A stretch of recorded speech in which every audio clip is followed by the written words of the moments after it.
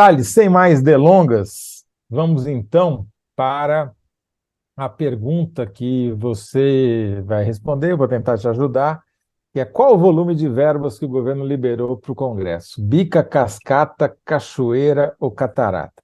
Eu vou dar alguns números aqui para a gente conseguir ter dimensão do que aconteceu nessa semana. É uma mudança recente de comportamento, é uma mudança drástica de comportamento. Então vamos lá.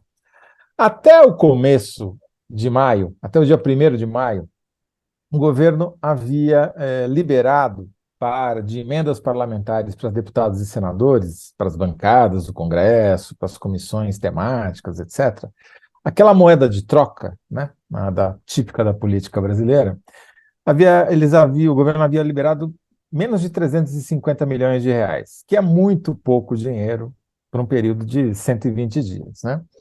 Pois bem, de maio para cá, ou seja, do feriado para cá, o governo liberou 1,283 bilhões de reais em emendas parlamentares.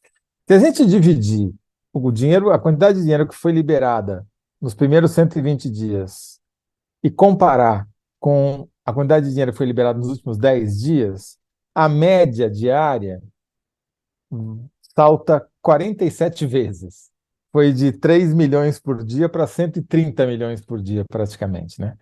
Agora, na verdade, o processo é mais dramático ainda, porque isso é o que a gente conseguiu fazer olhando os dados da plataforma SIGA, lá do Senado, que dá o acompanhamento da liberação das verbas de emendas parlamentares. Mas o repórter Tiago Mali, do Poder 360, foi mais esperto e ficou marcando dia a dia o valor liberado, que é uma coisa que você não consegue fazer. Se você não fizer no dia, você não consegue recuperar depois em que dia aquela grana saiu, né?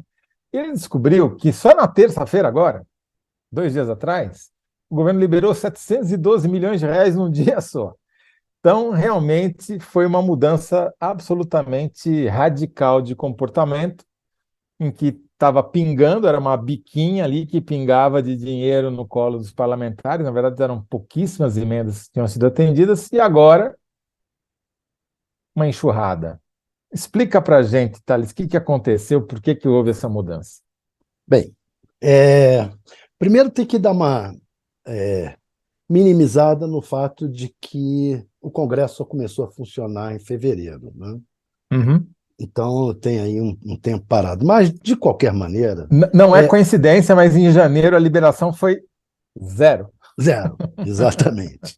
Então, por isso que você contar por dia de liberação, a média tal, cai bastante por causa desse início. Mas, de qualquer maneira, o fato é que parou. No início, parou. O governo afirma que parou porque teve que se reorganizar as contas, reorganizar tudo, tal. Mas, no Congresso, o que bateu é que o governo segurou o dinheiro e não quis dar para os parlamentares nesse início. E aí começaram as responsabilizações. A primeira mira dos congressistas foi para o Alexandre Pardilha, que é o cara da coordenação política do Planalto, né? Aí veio o presidente da Câmara, reclamou que o Padilha está muito centralizado, tem que descentralizar, que reclamou do Padilha, praticamente chegou a pedir a cabeça do Padilha. O Lula disse que não ia dar, etc. e tal.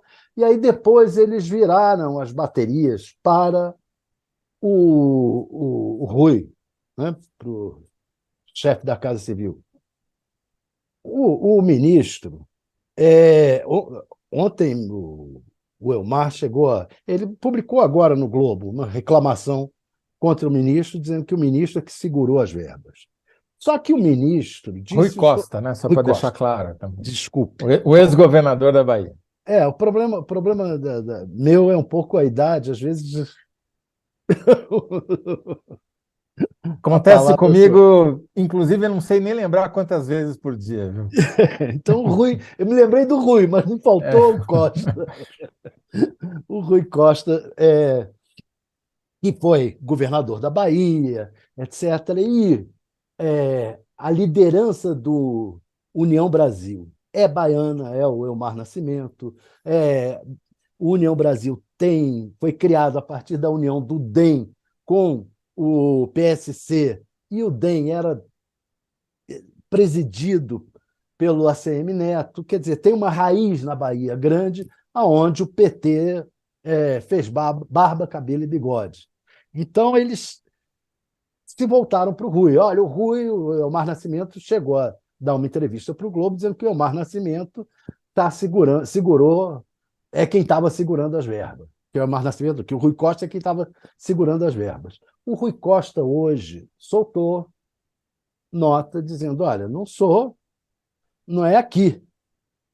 Não é aqui. A verba é empenhada pelo Ministério do Planejamento. Quem decide se deve dar é as relações institucionais, ou seja, o Padilha, e depois vai para a Fazenda decide se tem o dinheiro, se dá para dar, e quem lhe empenha o dinheiro é o Ministério do Planejamento, ou seja, Simone Tebet. Jogou no colo da Simone. Não é comigo. Não é comigo, é com a Simone, tá esse jogo de empurra lá. Agora, o Então, na fato. verdade, quem segurou ali foi o planejamento, não tenha dúvida, porque tinha que ser empenhado pelo planejamento. Mas tem um problema que está ocorrendo e que, por isso que o Rui Costa foi responsabilizado. Porque também a Bahia, o Elmar Nascimento foi barrado para ser ministro. O Elmar Nascimento tem uns cargos na Codevasf, especialmente lá na Bahia. Eles têm. E ele, não é só ele e o relator o presidente da CPMI, também tem cargo na Bahia, na Codevasf da Bahia. E esses cargos estão sendo reivindicados por outros partidos e o governo estava decidido a tirar deles. Então, eles agora estão se levantando e quem cuida dos cargos aí não vai dar para o Rui fugir, o Rui Costa também. Então vai ter uma. Eles começaram a se levantar. Eu acho que agora essa liberação de verbas mostra que o Lula entendeu que não vai dar para governar sem estar mais próximo, sem dialogar com o Congresso, e que ele não estava fazendo isso. O primeiro diálogo é esse, a liberação de Sim. verbas, porque foi lá o próprio presidente da Câmara, o Arthur Lira, foi lá o Lula e disse: olha, o que interessa aos parlamentares no momento é liberação de verbas. E vocês não estão liberando. Então é por isso que saiu essa primeira cascata de verbas agora. Vai vir Perfeito. muito mais. Ou seja, a dificuldade de compreensão de uma parte do governo, pelo menos, foi achar que a linguagem da política em Brasília é português, quando na verdade é a linguagem contábil que interessa, é a única que vale de verdade, né? Toledo, Ah, eu digo mais. Houve uma mudança que é muito grande e que agora vai ter que ser percebida por todos os governos daqui para frente. As emendas impositivas vieram para ficar e não vão sair. O Congresso não vai votar mais para acabar com as emendas impositivas. Não há possibilidade disso. Então uhum. vieram para ficar. Isso significa o seguinte, que cada deputado, quando assume, já sabe que vai ter uns 40 milhões para ele distribuir para a base dele. Então, como vai ser a nova relação do governo com esse novo Congresso, que é um Congresso que já tem o que quer, que é a grana definida. E isso que eu acho que é importante também a gente deixar claro, né? É o Congresso que definiu isso, criou essas emendas impositivas que não depende mais do governo decidir se vai ou não vai, o governo só decide quando, mas se vai ou não vai, não tem mais essa opção, tá certo? Então, não Exato. tem também, você pode até privilegiar alguém da sua base e liberar antes, pegar alguém da posição e liberar depois, mas que vai ser liberado, vai. Não dá mais para você privilegiar um em detrimento do outro em termos de quantidade de valores. Agora, o governo fez uma coisa, a meu ver, acertada. Ele pelo menos disse: olha, vamos liberar, mas vamos liberar para áreas prioritárias. Então, 85% dos recursos foram liberados para a Fundação Nacional de Saúde. Então, o cara tinha que botar uma emenda lá. Vai ser para melhorar o hospital, ambulância, seja lá o que for, atenção básica de saúde, né? Não é nada muito sofisticado, enfim. E é para cumprir as metas também, que tem que ser cumpridas. E eu fiz uma conta aqui também, Thales. O dinheiro foi liberado 75% para emendas individuais de deputados e 24% para emendas individuais de senadores. Ou seja, aquela estratégia que o Alexandre Padilha chegou a ensaiar no começo, de mandar o dinheiro, de privilegiar as emendas coletivas de bancadas estaduais, acabou. Não funcionou, deu muito errado. E vamos lembrar, toda essa cascata de verba pública só começou a fluir depois que o governo tomou duas pauladas na Câmara, perdeu duas votações importantes, Exatamente. né? Foi o recado que eles mandaram. A contrapartida da linguagem da contabilidade de verbas é a contabilidade de votos, né? Não tem verba, não tem voto. É basicamente assim que as coisas funcionam. E E não aí, adianta reclamar, porque é assim que a política brasileira funciona desde sempre e cada vez mais, eu diria, né? e aí tem uma burrada era evidente que ia ter problema com o marco do saneamento. Por quê? Porque o governo resolveu, saiu uma lei do Congresso, uma lei aprovada no Congresso, e o governo resolveu mudar a lei com um decreto. Ora, se isso, se isso pega, se essa moda pegasse, acabou o Congresso. O Sim. Congresso faz uma lei, vem o Executivo faz um decreto e acaba com a lei. Não ia passar, era evidente que isso não passava.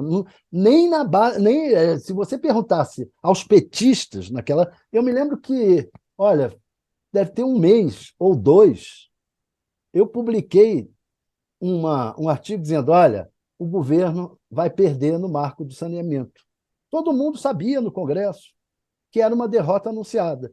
Foi uma burrice, uma burrice. E o pior é que atropelou as prioridades do governo. Agora, o governo, as prioridades do governo eram o quê? Era arcabouço fiscal e, e a reforma tributária. Eram as duas grandes prioridades. Aí entra, e aí tem outras ainda, mas tem outras, mais outras três, eu acho. Mas aí agora entra isso, essa derrota, e o governo vai ter que resolver esse problema, que é um problema que ele criou É. desnecessariamente. Muito bom, Thales. A gente já está se aproximando aqui do final, está chegando a nossa hora de irmos para o bloco 2, quando a gente vai conversar com o repórter Alan de Abreu, mas antes a gente precisa fazer a nossa síntese, né? Então, lembrando que a pergunta que a gente tem que responder é, atenção, vamos lá, qual o volume de verbas que o governo liberou para o Congresso? Bica, cascata, cachoeira ou catarata? Eu não vou É, revelar aqui para os nossos ouvintes que você é o grande autor dessa resposta que a gente combinou antes. Eu vou dizer que é minha. não, mas é sua, você que vai falar. Quem prova que não foi você que falou? Governo libera uma cascata de verbas da catarata que o Congresso pede. 69 caracteres. Cabe até botar Tales antes e Isso, assumir a tá certo, autoria. tá certo, tá certíssimo.